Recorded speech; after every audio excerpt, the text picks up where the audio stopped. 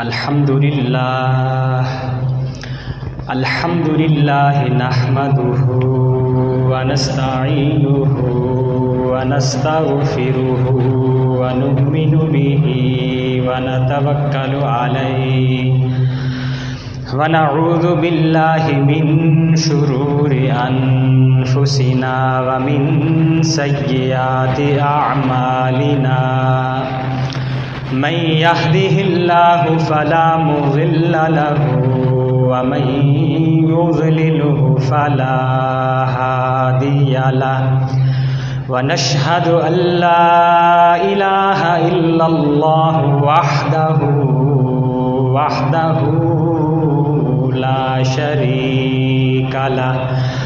لا شريك له ولا نظير له ولا مشير له ولا معين له ونشهد أن سيدنا وسندنا وحبيبنا وشفيعنا ومحبوبنا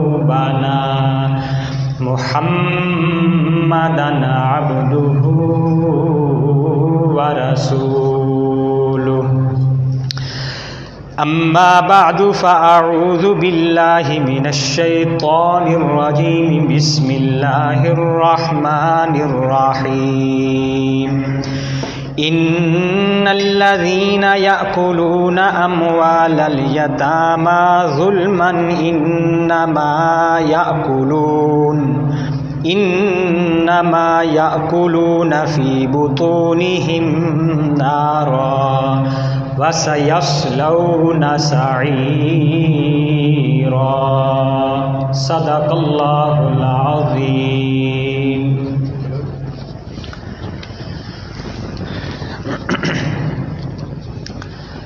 حمد و صلات کے بعد محترم سامعین، بزرگوں، بھائیوں،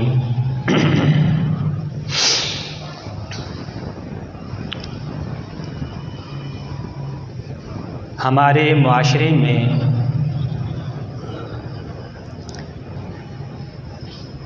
ایک جو اللہ کا حکم ہے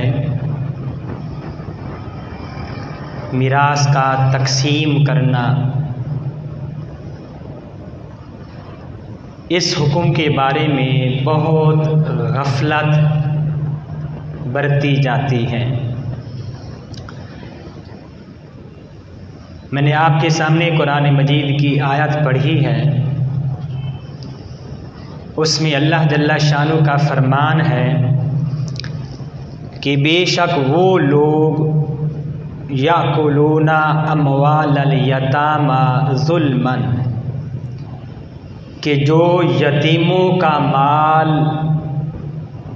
ظلماً کھاتے ہیں، ظلم کر کے کھاتے ہیں، زیادتی کر کے کھاتے ہیں. انما یاکلون فی بطونہم نارا، وہ حقیقت میں اپنے پیٹ میں آگ کو کھا رہے ہیں، یعنی یتیموں کا مال کھا کر گویا کہ اپنے پیٹ کو آگ سے بھر رہے ہیں. تو میرے محترم سامعین،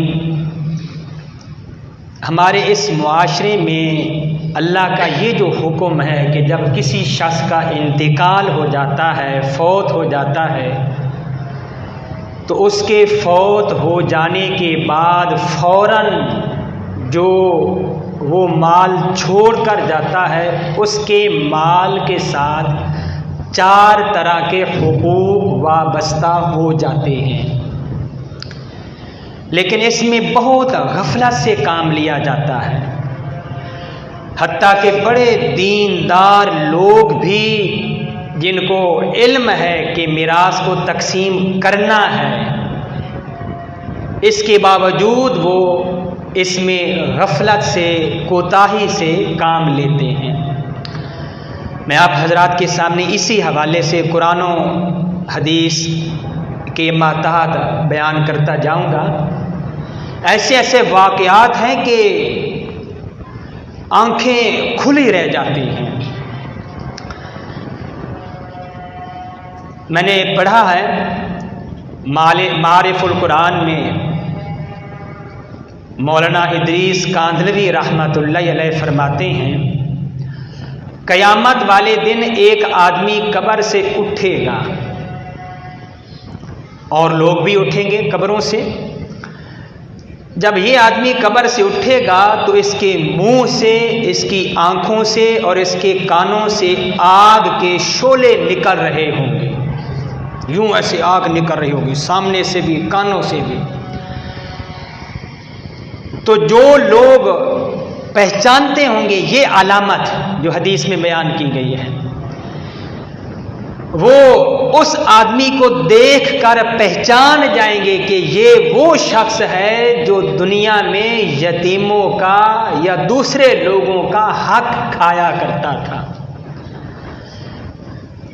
تو اس لیے ہمیں چاہیے کہ اس میں ذرہ برابر بھی کوتاہی نہ کریں، اور ہمارے دوست احباب جو ہیں، ہمارے رشتہ دار جو ہیں، ان کو بتایا جائے۔ امام ابو حنیفہ رحمۃ اللہ علیہ کے بارے میں آتا ہے، ایک آدمی بیمار تھا، اس کی تیمارداری کرنے کے لیے اس کے گھر میں گئے، بیٹھے ہوئے تھے۔ وہ آدمی جو بیمار تھا اس پر نزع کی کیفیت طاری ہو گئی۔ جب آدمی مرنے کے قریب ہوتا ہے تو اس کی ایک عجیب سی حالت ہوتی ہے، نزع والی حالت ہوتی ہے۔ تو امام حنیفہ رحمہ اللہ دیکھ کر سمجھ گئے کہ اب اس کا وقت آ چکا ہے، اس لیے پھر بیٹھے رہے۔ چند لمحوں کے بعد اس کی روح نکل گئی، فوت ہو گیا۔ ساتھ ایک چراغ جل رہا تھا، امام ابو حنیفہ رحمۃ اللہ علیہ نے اس چراغ کو فوراً بجھا دیا۔ لوگ ساتھ اور بھی تھے، انہوں نے کہا کہ حضرت آپ نے یہ کیا کیا؟ ابھی تو روشنی کی ضرورت ہے اور آپ نے روشنی دینے کے بجائے چراغ کو بجھا دیا، ایسے آپ نے کیوں کیا؟ امام ابو حنیفہ رحمۃ اللہ علیہ نے فرمایا کہ جب یہ آدمی زندہ تھا تو اس کی اجازت سے چراغ چل رہا تھا اور وہ اکیلا اس چراغ کا مالک تھا۔ جب یہ فوت ہو گیا تو اب اس کی ملکیت سے نکل کر دوسرے جو اس کے ورثاء ہیں، پسماندگان جو ہیں، ان کی ملکیت میں یہ چراغ چلا گیا ہے۔ اب ان کی اجازت کے بغیر اس چراغ کو جلانا شرعاً جائز نہیں، اس لیے میں نے فوراً بجھا دیا۔ جن کے دل میں اللہ کا خوف ہوتا ہے، اللہ کا ڈر ہوتا ہے، اللہ کا تقویٰ ہوتا ہے، آخرت کی فکر ہوتی ہے، وہ ایسے کیا کرتے ہیں۔ تو اب جب تک دوسروں کی اجازت نہیں ہوگی تو ان کی اجازت کے بغیر تو اس چراغ کو ہم نہیں جلا سکتے۔ تو اس سے معلوم ہوا کہ کتنا زیادہ احتیاط سے کام لیا جاتا ہے۔ بہرحال جب آدمی فوت ہو جاتا ہے تو جو وہ مال چھوڑ کر جاتا ہے اس کے مال کے ساتھ 4 حقوق وابستہ ہو جاتے ہیں۔ سب سے پہلا حق یہ ہے کہ جو وہ مال چھوڑ کر گیا ہے اس کے مال سے، مرنے والے کے مال سے، یہ ذرا توجہ سے سننا، مرنے والے کے مال سے جو وہ چھوڑ کر گیا ہے اس کے مال سے کفن دفن کا انتظام کیا جائے۔ ہاں اگر کوئی اور آدمی کر دیتا ہے تو اس کی بھی اجازت ہے، جیسا عموماً اور کر دیتے ہیں اپنی رضا سے، اپنی خوشی سے، لیکن یہ میں شرعی مسئلہ بتا رہا ہوں۔ تو سب سے پہلا یہ حق ہے اس کے مال کے ساتھ کہ اس کے کفن دفن کا انتظام اس کے مال سے کیا جائے۔ اگر کوئی اور آدمی اپنی طرف سے کفن خریدتا ہے، دفن کا انتظام کرتا ہے تو اس کی بھی شریعت میں اجازت ہے۔ ایک یہ حق، اور دوسرا حق ہے کہ اگر اس نے کسی کا قرضہ دینا تھا تو سب سے پہلے اس کا قرضہ ادا کیا جائے۔ اس کے حوالے سے بھی بڑی غفلت برتی جاتی ہے۔ ایک واقعہ آتا ہے، ایک بزرگ نے یہ واقعہ نقل کیا ہے کہ ایک بہت بڑے عالم تھے، اللہ ہم سب کی حفاظت فرمائے۔ یہ توجہ سے واقعہ سننے والا ہے۔ تو ایک بہت بڑے عالم تھے. جب ان کا انتقال ہو گیا، فوت ہو گئے، تو کسی شاگرد نے ان کو خواب میں دیکھا. شاگرد نے دیکھا کہ ہمارے جو استاد ہیں وہ برہنہ حالت میں چٹیل میدان میں کبھی ادھر دوڑتے ہیں، کبھی ادھر دوڑتے ہیں، کبھی ادھر دوڑ لگا رہے ہیں، کبھی ادھر دوڑ لگا رہے ہیں، بہت زیادہ پریشان ہیں. ایک عالم، اللہ سے ڈرنے کا مقام ہے. تو شاگرد نے اپنے استاد سے پوچھا، استاد جی ماشاءاللہ آپ نے ساری زندگی دین کا کام کیا، قرآن مجید کی تفسیر پڑھائی، حدیثیں پڑھائیں، اللہ کی عبادات میں لگے رہے، لیکن یہ آپ پریشان کیوں پھر رہے ہیں؟ کبھی ادھر دوڑتے ہیں، کبھی ادھر دوڑتے ہیں، اس کی کیا وجہ ہے؟ کیا وہ آپ کی نیکیاں، آپ کی عبادات قبول نہیں ہوئی؟ استاد نے فرمایا کہ نہیں بیٹے، ایسی بات نہیں، میری ساری وہ عبادات قبول ہو گئی تھی جو میں نے اللہ کے دین کی خدمت کی، اللہ کی توفیق سے، اللہ نے مجھے توفیق دی تھی، میں نے خدمت کی دین کی، وہ ساری قبول ہیں. لیکن یہ جو آپ عذاب دیکھ رہے ہو، یہ عذاب ہے اس بات کا کہ مرنے سے پہلے میں نے اپنے پڑوس سے سوئی لی تھی کپڑا سینے کے لیے. میرے دل میں تھا کہ وہ سوئی واپس کروں گا، لیکن موت آ گئی، واپس نہ کر سکا. وہ سوئی واپس نہ کرنے کی وجہ سے میں آج عذاب میں مبتلا ہوں. آج سوئی کی کیا اوقات ہے میرے محترم سامعین؟ پھر استاد نے کہا ایسے کرو، ہمارے گھر کی فلاں الماری میں میرے گھر جانا، فلاں الماری میں فلاں جگہ پر سوئی پڑی ہے، میرے گھر والوں سے کہنا وہ آپ کو دیں گے، اور فلاں میرے پڑوسی کو دے دینا، اور اس سے میری طرف سے معافی بھی مانگنا کہ دیر ہو گئی تھی. صبح جب شاگرد بیدار ہوا، نماز وغیرہ سے فارغ ہونے کے بعد ان کے گھر پہنچا، اس نے سارا واقعہ ان کے گھر والوں کو سنایا، بتایا. وہ بھی پریشان کہ ایک سوئی کی وجہ سے. تو الماری میں دیکھا واقعی سوئی پڑی تھی، سوئی اٹھائی اور وہ ان کے پڑوس تک وہ سوئی پہنچائی، اور ان سے یہ بھی کہا کہ میرے استاد محترم یہ بھی کہہ رہے تھے کہ ان سے میری طرف سے معافی مانگنا. جب ان سے یہ الفاظ کہے تو وہ پڑوسی بھی رو پڑا کہ ایک سوئی کی وجہ سے ایک عالم دین آج عذاب میں مبتلا ہے، ایک سوئی کی وجہ سے. دوسروں کا جو حق تھا، اس بات کی طرف میں متوجہ کرنا چاہتا ہوں، دوسروں کا یہ حق تھا. ایک چونی بھی اگر کسی کی کھائی اور واپس نہ کرنے کا ارادہ تھا، ایک بزرگ فرماتے 700 مقبول نمازیں اس کے بدلے میں دینی پڑیں گی. ہماری نمازوں کا تو اللہ ہی حافظ ہے. تو میرے محترم سامعین، ڈرنے کا مقام ہے، سوچنے کا مقام ہے. جب اس نے سوئی واپس کی، پھر خواب میں ملے استاد، تو دیکھا کہ استاد جو ہیں بڑے خوشحال میں ہیں، ارد گرد خادم ہیں، باغات میں گھوم پھر رہے ہیں، ٹھنڈی ٹھنڈی ہوائیں چل رہی ہیں.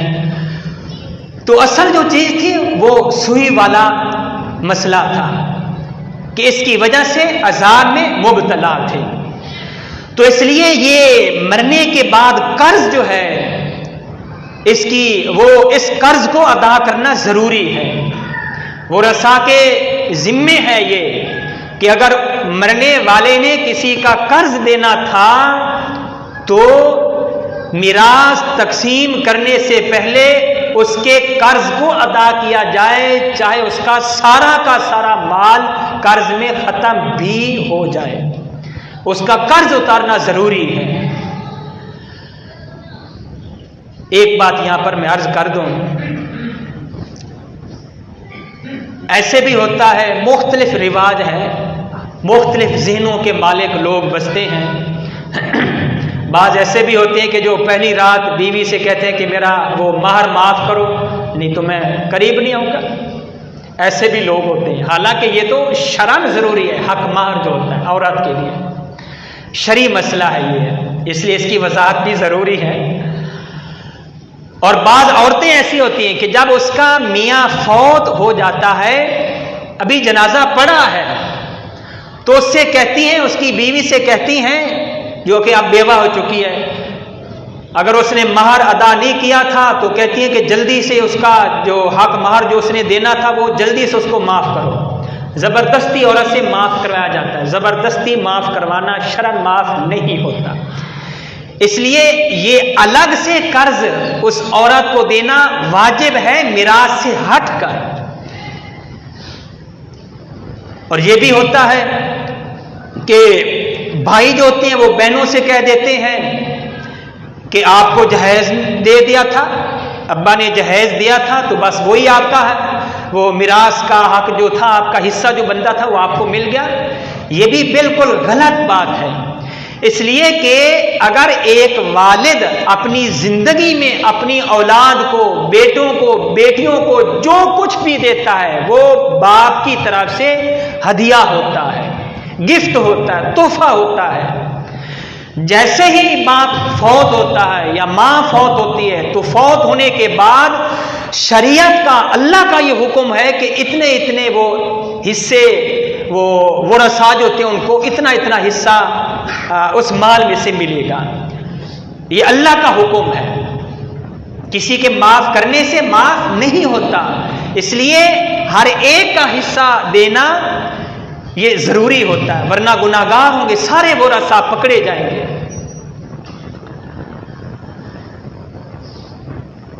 تو بہرحال یہ دوسرا حق میت کے مال سے وہ لگ جاتا ہے، قرض۔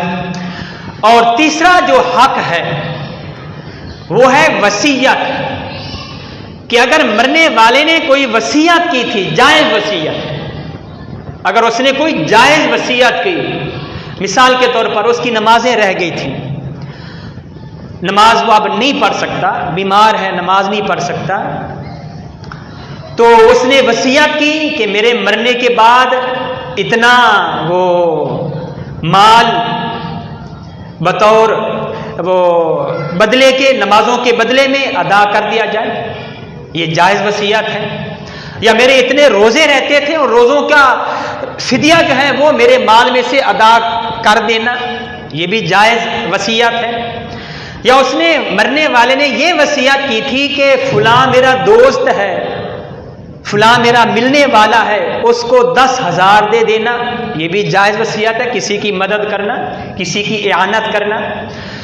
یا مسجد تعمیر ہو رہی تھی، مدرسہ تعمیر ہو رہا تھا، اس میں 10,000 میں نے دینے تھے، اس نے لکھ دیا، وصیت کی کہ اس مدرسے میں دے دینا، مسجد میں دے دینا، یہ بھی جائز وصیت ہے۔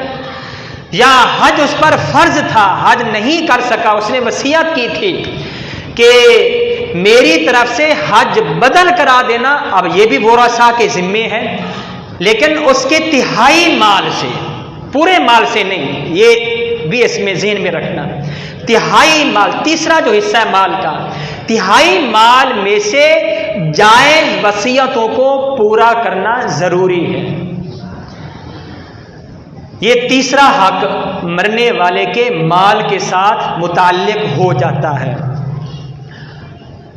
اور چوتھا حق ہے میراث، کہ جب آدمی مر جاتا ہے تو 2/3 مال جو اس کا بچ جاتا ہے قرض ادا کرنے کے بعد، جائز وصیت کو پورا کرنے کے بعد باقی جو مال بچ جاتا ہے، وہ مال جو ہوتا ہے، اب وہ مال ورثاء میں تقسیم کرنا ضروری ہے، لیکن اس میں بہت بے احتیاطی سے کام لیا جاتا ہے، یا تو تقسیم کرتے نہیں ہیں، علم بھی ہوتا ہے، بعض لوگوں کو معلوم بھی ہوتا ہے مسئلہ کہ یہ میراث کا تقسیم کرنا ضروری ہے شرعاً، لیکن تقسیم نہیں کرتے، اور بعض اوقات اس میں تاخیر سے کام لیا جاتا ہے۔ تو میرے عزیزوں، اس کے بارے میں یہ ذہن میں رکھیں مسئلہ کہ اگر ورثاء جو ہیں، پسماندگان جو ہیں، سارے کے سارے وہ بالغ ہیں، عاقل ہیں،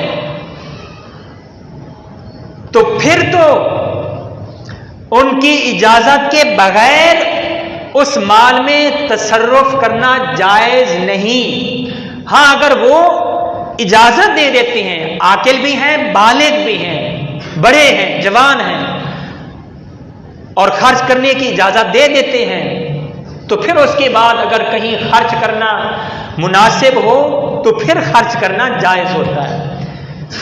اسی طریقے سے اگر ورثاء میں کوئی نابالغ ہے جو ابھی جوان نہیں ہوئے ہیں، تو پھر تو اس کے مال کو استعمال کرنا بالکل جائز نہیں ہے، کیونکہ نابالغ کی اجازت کا اعتبار بھی نہیں ہے، نابالغ کی اجازت کا اعتبار بھی نہیں ہے۔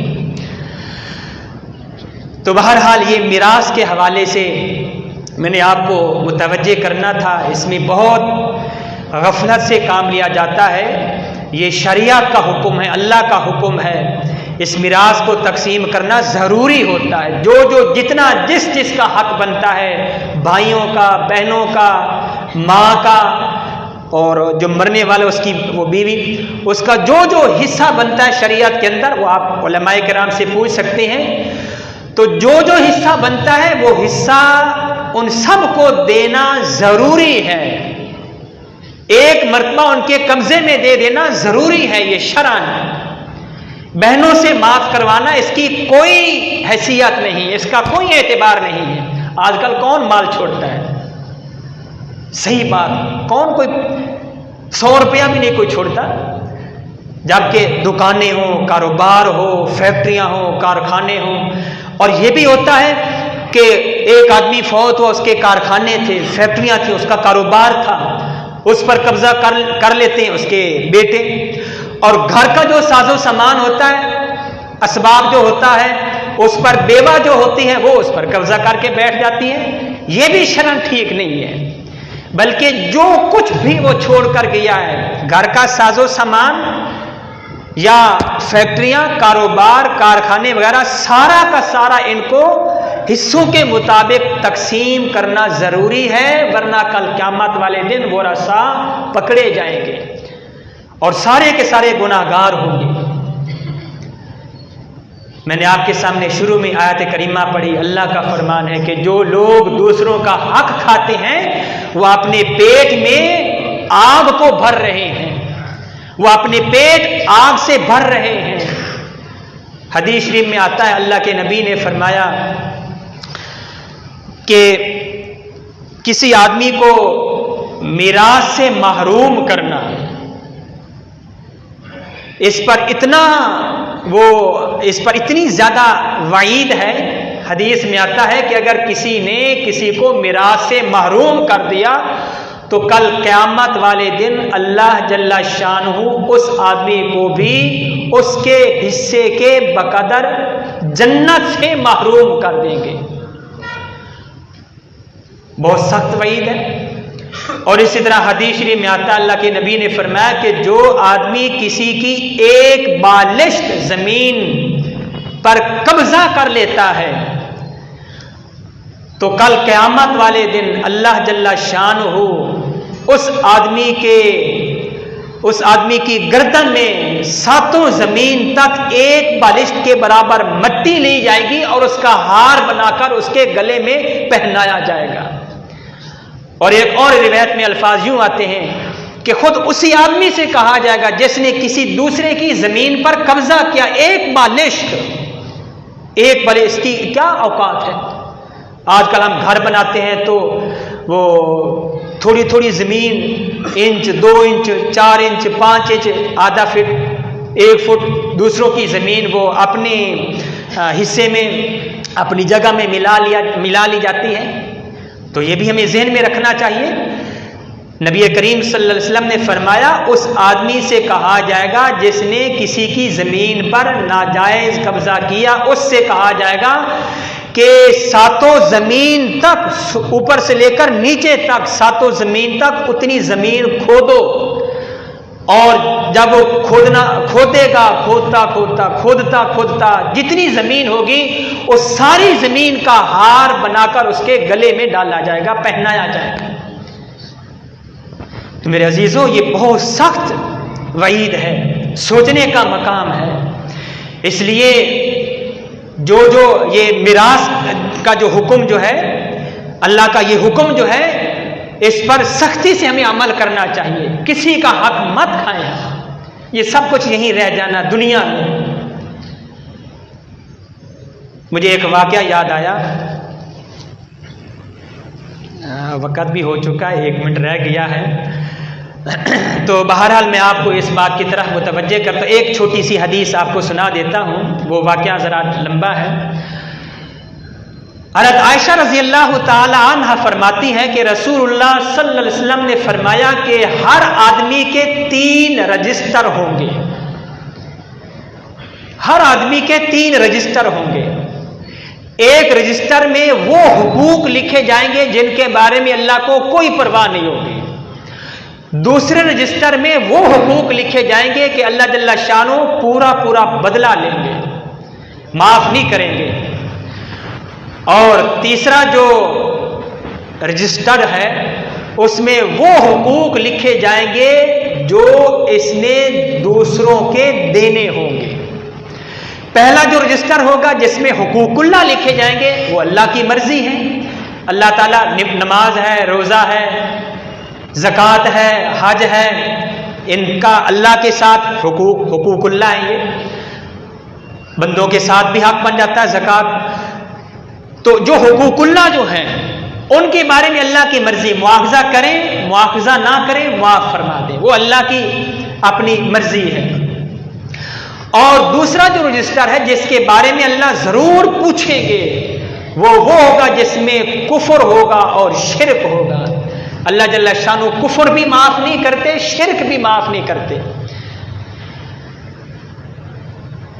اس لیے اللہ ہماری ان چیزوں سے حفاظت فرمائے، شرک سے اللہ ہماری حفاظت فرمائے۔ اور ہم مسلمان ہیں، وہ الگ بات ہے کہ نام کے مسلمان ہیں، لیکن خیر کلمہ تو پڑھتے ہی ہیں، ہمارے کام مسلمانوں والے نہیں ہیں۔ آج ہم نام کے مسلمان ہیں، کام کے مسلمان نہیں ہیں، معاف کرنا، اس کو محسوس نہ کرنا۔ آج ہم اسی لیے ترقی کے اعتبار سے، دنیاوی ترقی کے اعتبار سے بہت پیچھے چلے گئے ہیں۔ آج کفر کیوں ترقی کر رہا ہے؟